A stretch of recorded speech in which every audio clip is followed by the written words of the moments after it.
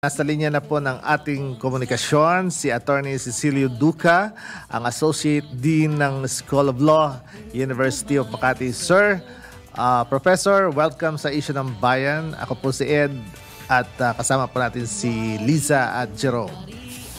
Magandang umaga po, kasamang Ed, kasamang Jerome at kasamang Liza. Salamat sa pagkakataon na makasama kayo ngayong umaga. Yeah. Anong binabanggit mo, sinasabi mo of the air partner? Yes, partner. Magandang umaga, attorney. Welcome po muli sa ating programa dito po sa Isyu ng Bayan. Actually, hanggang sa ngayon po ay mainit pa rin, pinag-uusapan ng sinasabing ang pagbabago ng saligang batas. At ngayon ay ongoing po, yung pagdinig na ginagawa sa Senado sa pangunguna po ni Senator Robin Padilla, ang chairman ng Senate Committee on Constitutional Amendments. Sa tingin niyo po ba, attorney, this is the right time para po pag-usapan, talakayin, or isagawa na po ang pagbabago ng saligang batas? Alam niyo po, sa tingin ko dyan, walang oras na tamang oras eh. Lahat ng oras po pwede kapag kagugustuhin. Kaya lang ho, sa panahon siguro ngayon, baka hindi natin mahabol dahil malapit na po ang halalan na pang-nasyonal. Kasama diyang matatapos yung termino ng 12 senador at ang termino ng lahat ng mga members of the House of Representatives. So kung ihahabol po nila, baka kapusin sapagkat napakalaking issue ho nito. At ang unang-unang issue ho natin dyan, ano ba ang paraan ng pag-propose nila ng mga pagbabago sa konstitusyon? Kasi yun ho ang unang hakbang dyan, yung proposal.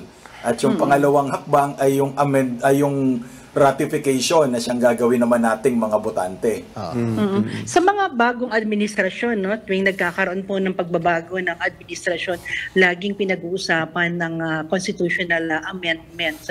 Pero mukhang hindi po ito lumulusot. At tubili po yung mga mambabatas natin na makalusot itong mga panukalang ito.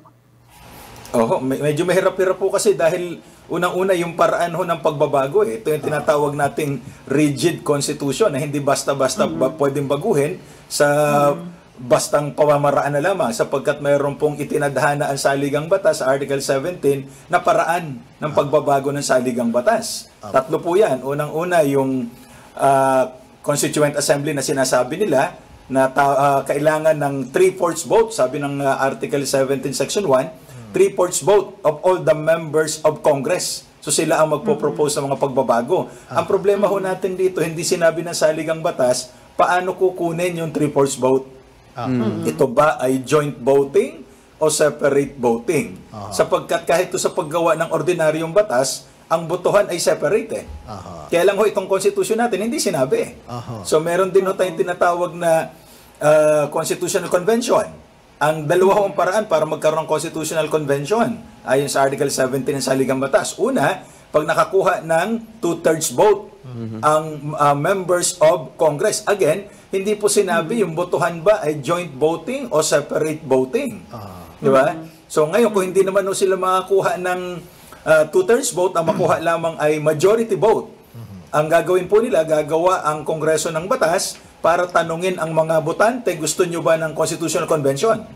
Pag sinabi ng mga botante sa isang plebisito na oo, gusto namin ng Constitutional Convention, gagawa uli sila ng batas para gumawa ng Constitutional Convention.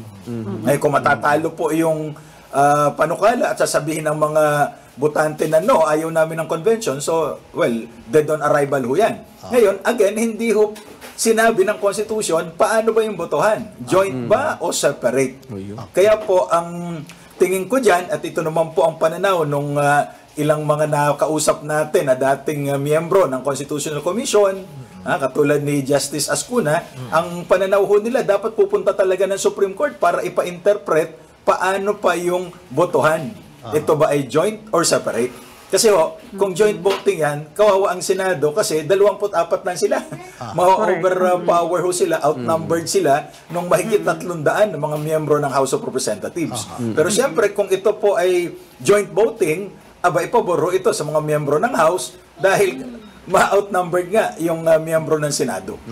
Paano po din gagawin ng Supreme Court? Hindi po ba malalabag yung tinatawag na doktrina ng co-equal branches of government?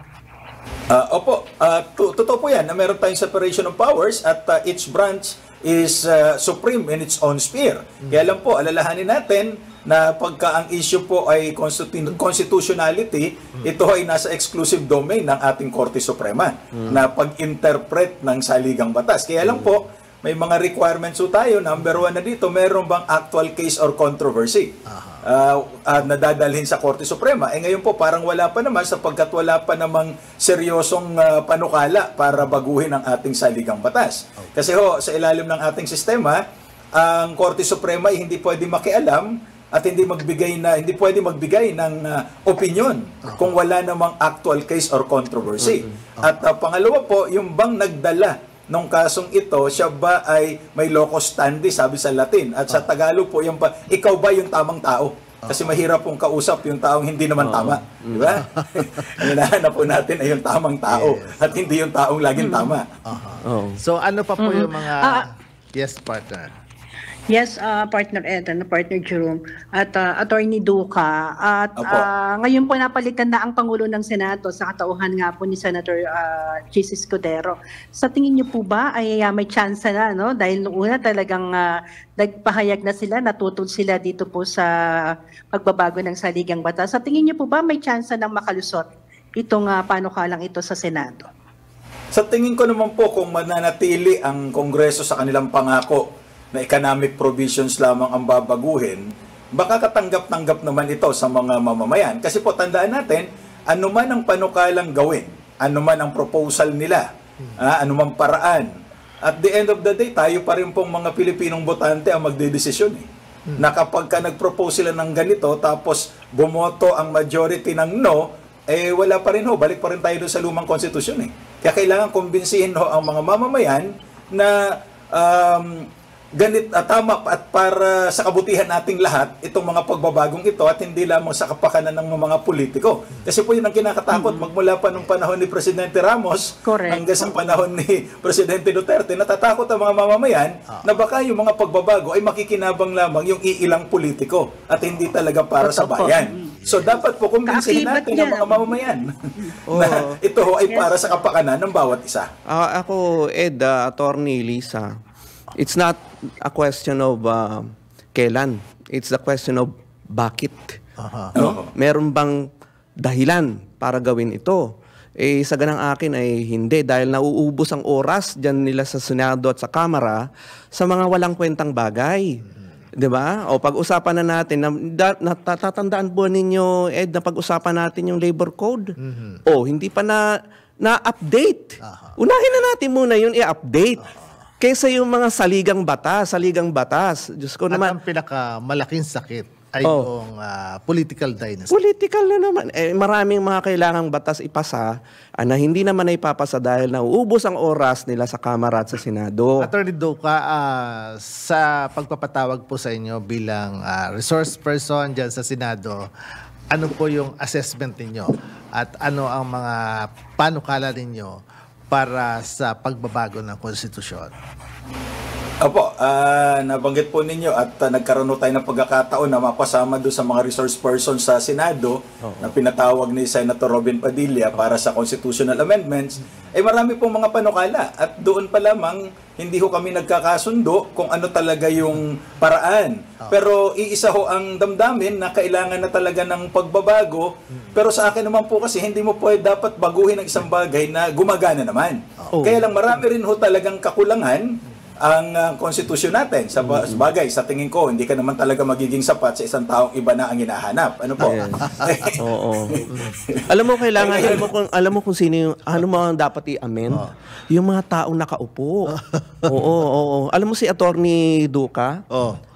Mas matalino pa kay Robin Padilla Oo. Kung ito'y tatakbo ng senador, iboboto ko to. Oo. Okay. So, importante kasi talaga, you put the right people. Attorney, ano po yung mga nakikita ninyo na kinakailangan talaga mga baguhin dyan sa konstitusyon? Tingin ko po kailangan liwanagin natin na unang-una ito nga paraan ng pagbabago ng konstitusyon. Kasi mukhang pinahirapan. Ngayon, ayon po sa mga records ng Constitutional Commission, ito kasi ay adapted from the 1973 Constitution. Nasa 1973 Constitution, unicameral ho tayo, yung batas ng pambansa, isang kalipunan lamang at hindi bicameral. So ito po ay inadapt nila. Ngayon, nung magbotohan ho, para ito ba ay bicameral o unicameral, nanalo yung bicameral. At hindi na ho naihabol ito sapagkat sa tingin ko nagmamadali na si Presidente Cory Aquino na magkaroon na ng bagong saligang batas. So hindi na ho ata naihabol ito, kaya doon nagkaroon ng problema. So sa tingin ko ito ho ay dapat liwanagin kasi paulit-ulit hong lalabas ang ganitong issue pag hindi niliwanag ito eh. So harapin natin ito once and for all, pero sa tingin ko po nararapat dito ay Constitutional Convention. Sapagkat sa Constitutional Convention, hindi mga congressman o senador ang gagawa, kundi yung mga tao na magiging kasapi ng Constitutional Convention. Kaya lang may problema tayo dito. Kasi nasanay tayo na ang mga miyembro ng Constitutional Convention ay inihalal ng mga tao. Yes. Ngayon po, yung gumawa ng Constitution ng 1987, appointed po sila ni Cory Aquino. So ngayon, siguro kung gagawa ng Constitutional Convention, ipapaubayan natin sa Kongreso kung ano yung mga detalye, ay ang panukala ko ho dyan, dapat elected pa rin yung mga magiging kasapi ng Constitutional Convention para talagang maging kinatawan sila, tunay na kinatawan ng iba't ibang mga sektor at mga kasapi ng ating lipunan. Hindi po pwedeng i-appoint lamang. You know, ang danger kasi dahil baka gumawa sila ng batas na ang mga miyembro ng convention ay appointed lang ng Pangulo. So medyo may problema ho doon. Kaya ako, nararapat ho siguro na pwedeng halo na mayroong appointed at pero mas marami yung inihalal ng mga mamamayan para well represented yung mga tao. So you are saying, attorney, na dahil elected by the people ang mga congressman at senador, sila na talaga yung kumbagay responsible na umupo bilang delegasyon sa konbensyon? Ay, hindi po ganon. Kasi pagka ganon po, mangyayari niyang Constituent Assembly. Doon ho yan sa 3/4 vote. Ang gusto ko po ay gagawa sila ng batas para mag-create ng convention at yung mga magiging miyembro o delegado ng convention ay ihahalal natin para well represented at talagang tututok ho sila katulad ng 1934 Constitutional Convention, katulad ng 1971 Constitutional Convention na talagang sila lang ho ang gumawa ng batas, ng saligang batas. Kasi ito, napakahalaga ho nito. Dahil ito po ang ating pundasyon ng lahat ng mga batas natin, yung ating konstitusyon. So siguro pagtuunan ito ng pansin talaga. Anong paraan, attorney, yung binabanggit nyo na kailangang ihalal? Is it by way of plebiscite or ano po ba? Yan po ay magkakaroon ng eleksyon. Kaya lang po, ang sinasabi ko, ito ho ulit talaga, babalik tayo doon sa unang problema. By 2/3 vote of all the members of Congress. So, ngayon kung magkakasundo ang Senado at ang House, halimbawa, ganito lang po, magkasundo sila na joint session, pero separate voting. Okay. So, baka gumawa sila na hindi na kailangan natin pumunta pa sa Korte Suprema sapagkat nagkasundo na sila sa paraan ng pagbotohan. Kasi hindi pupunta lang sa Korte Suprema kung hindi papayag ang Senado na joint voting. Yes. O hindi papayag ang House na separate voting. Kasi ang Constitution wala hong sinabi kung sa paraan ng pagboto nila. Ngayon po nagkasundo sila na assuming na sa tingin ko ho joint session pero separate voting. So assuming natupad ho ito at gumawa sila ng batas para mag-create ng Constitutional Convention at yung mga bubuo ng Constitutional Convention ay iboboto natin, magkakaroon ho tayo ng plebisito dito para ihalal natin yung mga, magkakaroon ng eleksyon na, para ihalal natin yung mga bubuo sa Constitutional Convention. So pag nabuo na ho yung convention, depende kung ano yung nilalaman ng batas. Halimbawa, sabihin nila na 300 ang members, napakarami ho nito, no? O sila ho ang gagawa. At yun lang ho, tututok lang sila sa paggawa ng saligang batas. At pagka yan po ay natapos nilang saligang batas, ipipresenta nila yan sa Kongreso at sa Pangulo. Pag inaprubahan ng Pangulo, isa-submit po ito sa atin sa isang plebisito para ma-ratify natin. Kung boboto tayo ng yes or no. So kung nanalo yung yes, ay di bago na ang kasaligang batas natin. Kung nanalo yung no, ay di babalik po tayo dun sa lumang saligang batas. Kasi yan po ay tinatadhana ng ating konstitusyon mismo. Kasama pa rin po natin ang isang constitutional expert sa kastauhan ni Attorney Cecilio Duca. Sir, good morning po muli at napakaganda ng diskurso na binitiwan ninyo. Ano po? At ano po ba sa inyong sa inyong tingin, sa inyong opinion, legal opinion, ang kailangang diskurso dito sa pagbabago ng konstitusyon?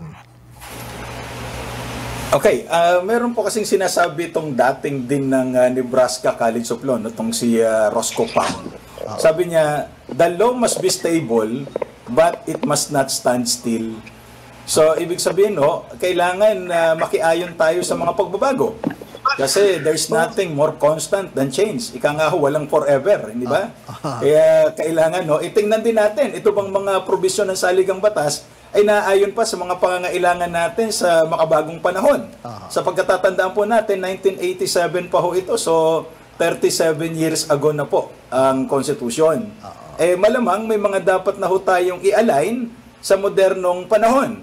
Kaya lang yun nga, yung kinu-question ho ng mga tao, yung motibo, ano ho ba ang motivation para baguhin yung konstitusyon?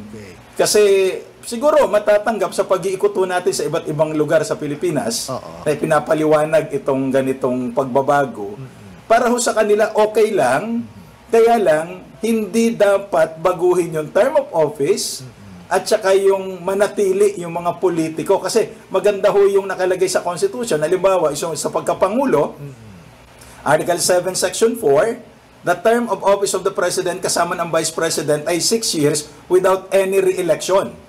So sabi ho nung iba, ito ay napakahaba para sa isang masamang Pangulo at napakaiksi para sa isang mabuting Pangulo. Pero sa experience ho kasi natin magmula noong 1935, kapag ka pwedeng ma-re-elect ang Pangulo, yung unang termino niya wala siyang ginawa kundi mangampanya . So kaya po itong bagong konstitusyon, wala na siyang pagkakataon na ma-re-elect, kaya ang gagawin niya supposedly ay parang lang lahat sa bayan. At isa pa ho siguro dapat baguhin, bigyan naman ng trabaho yung Vice Presidente. Kasi dito sa ating sistema, wala talagang trabaho ang Vice Presidente. Pwera na lang kung siya ay bibigyan ng cabinet position ng Pangulo. At hindi kailangan dumaan sa commission on appointment. Ngayon po, kung hindi siya bibigyan ng Pangulo or aayaw siya sa pagbibigay na ito ng posisyon, abay wala ho talagang trabaho ang Vice Presidente, kundi manalangin gabi-gabi na maganda na ang kalagayan ng bayan kinabukasan. Meron ako dadagdag dyan, attorney. Sana yung mga requirements sa ating mga public official mula sa Pangulo hanggang sa pinakamababa na posisyon sa ating gobyerno, at least college graduate. Diba? Tapos sana, kung ikaw ay nahatulan na ng korte na ikaw ay nagkasala talaga, wag nang payagan muli na tumakbo for any public possession. Okay. Attorney, alam mo naman kung sino yung binabanggit ko. I understand that we cannot end in just one setting yung ating usapan. And I understand sa inyo pong hanay dyan sa bilang mga legal expert, luminaries, ano pa po yung inyong dapat isasagawa? Ayun nga po, sang-ayon po ako dun sa sinabi ni kasamang Jerome na dapat yung tama, di ba? na yung ating pong qualification ay napakababa kasi. Kaya lang po alam nyo, ayon dun sa mga nagpanukala nito sa konstitusyon, para daw ho i-democratize. Kasi hindi lang naman daw yung college degree ang nagdadala ng kwalifikasyon. Kaya lang ho sa experience natin, parang it's not working. Kasi ho, kung kayo ay mag-a-apply bilang isang office clerk, at susweldo kayo ng mahigit lamang 20,000 a month, kailangan po college graduate. Hindi ho uubra yung senior high school graduate ayon sa pangako nila. Ngayon po, kung mag-a-apply ka sa highest position in the land, President, Vice President, Senator, Members of the House, kahit po mga gobernador, mayor, etc., able to read and write lamang ho ang kwalifikasyon. So matagal na pong pinapanukala ito ni Senadora Miriam Santiago na dapat at least college graduate yung mga tatakbo sa posisyon, kasi susweldo sila ng limpak-limpak na salapi tulad doon ng mga senador. Ang nakalagay po sa batas natin ay salary grade 31, yan po ay 278,000 a month. Pero sila po ay hindi required na mayroong college degree. Pero ang sabi na nga po ay para daw ma-democratize, para i-open sa lahat. Kaya lang mo sa tingin ko sa loob ng 37 taon, the system did not work. Totoo. At marami pong in other words, nakalusot. In other words, attorney, hindi lamang kailangan puso, no? Kinakailangan medyo may utak din para tumakbo yung Senado at Kongreso. Partner, nagiging miyembro lang sila ng silent majority. Ang tanungan ko naman kay Attorney Duca. Attorney, dahil by next year, midterm election na po. Kung magkakaroon po ng plebisito, ay pwede pa po bang isabay? Possible pa ba ito? Sa tingin ko po, kung siseryosohin naman nila, pwede pa ho siguro. Kaya lang, alam nyo, less than 1 year na lamang ang natitirang panahon para magkaroon ho tayo ng eleksyon sa second Monday of May 2025. Ngayon po, naka-recess ang Kongreso at magsisimula pa lamang ang session nila matapos po ang sona ng Pangulo sa 4th Monday of July. At yan po ay July 22 this year. So baka ho kakapusin na kasi napakarami pa nilang mga priority bills na nakapending. Baka kung pagtutuunan pa ng pansin ang constitutional amendment, baka na naman maging hilaw o malasado yung mga proposal dahil sa kakulangan sa oras. So sa tingin ko po, ipagpaliban na muna at matapos ang eleksyon, may 3 taon pang natitira bago yung susunod na halalan, baka doonan nila seryosohin. Sa tingin ko lang po ito. Any last word, Attorney Duca, before we end our... Unang-una salamat sa pagkakataon at ang paano ko lang sa mga kababayan natin, dahil ang sinasabi po ng mga survey, 78% ng mga Pilipino kokonti ang kaalaman sa konstitusyon. So dapat siguro makikinig sila dito sa issue ng bayan palagi para matutunan nila ang mga may kinalaman sa konstitusyon natin at nang makapagdesisyon sila. Pwede rin silang pumunta dun sa CD Duca Law YouTube channel para mag-subscribe at mapanood nila at mapakinggan yung mga lectures natin ng libre tungkol sa pagbabago sa saligang batas. Kasi po, mahirap ma-appreciate ang isang bagay na hindi talaga natin natutunan. So hindi naman kailangan gumastos para matutunan ng saligang batas. Although sinasabi nila mga abogado lang ang nakakaunawa, pero sa tingin ko po, kung makikinig lamang at mag-aaral ang sino man, hindi kailangan maging abogado para maunawaan ang saligang batas. Bakit po kailangan unawain ang saligang batas? Sapagkat darating po sa punto ng ating mga buhay na kailangan nating bumoto ng yes or no sa mga pagbabago sa saligang batas. Paano tayo boboto kung hindi natin naiintindihan ang mga pagbabagong ito? Di ba? So kailangan po nating ma-appreciate itong mga kaalaman na ito sapagkat ito'y makaka-apekto po sa ating mga buhay, hindi lamang ngayon kundi sa mga susunod na salinlahi.